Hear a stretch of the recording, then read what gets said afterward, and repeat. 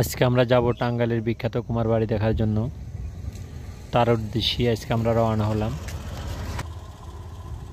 দেখা যাক আজকে আমরা সেখানে যাওয়ার পরে কি কি দেখতে পাই। আমরা ওগুলা দেখার জন্য খুব আগ্রহী, তাই আমরা দেখার জন্য যাচ্ছি। এখন আমরা পথেই আছি, অলরেডি চলার পথেই।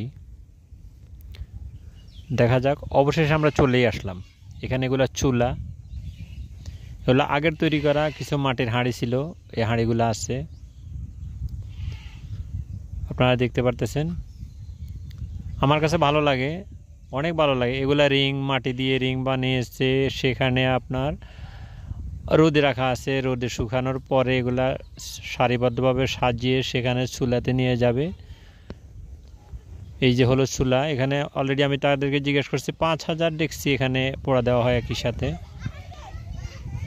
এই যে দেখতেছেন এখানে পোড়া দেওয়া কমপ্লিট, কিছু রেডি করা, ওদের পণ্য এখানে রয়ে গেছে অলরেডি, এগুলো কমপ্লিট।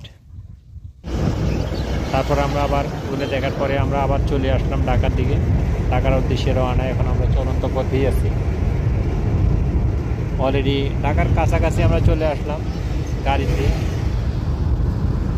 এসে। এখানে আরেকটা সুন্দর একটা সিনারি, এগুলো হলো আপনার জমিনে কিছু আগাছা তৈরি, যেখানে আগাছাগুলো শুকানোর পরে এগুলো আগুন ধরিয়ে দিয়েছে যাতে পুরো ছাই হয়ে যায়, যাতে পরবর্তী কৃষকের কোনো ক্ষতি না হয়, সেই জন্য